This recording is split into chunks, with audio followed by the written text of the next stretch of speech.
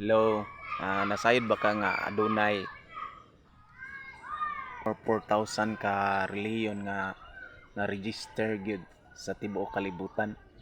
Apan niining 4,000 more or less nga religion aduna lang may 5 ka widely recognized sa tibuok kalibutan. Para masayod ka, ang una ani Christianity, ikaduha Judaism, ikatulo Islam, ikaupat Buddhism, ikalima Hinduism.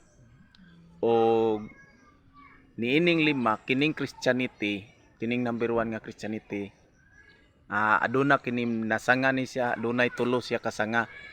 Una kining Catholicism, ikaduha kining Protestantism, ikatulo kining Eastern Orthodoxy. So mao na siya ang branches sa Christianity nga na-recognize gina siya sa tibuok kalibutan. So daghan kayong salamat. For the next video maghatag na pud tag mga trivia. Daghan kayong salamat. God bless.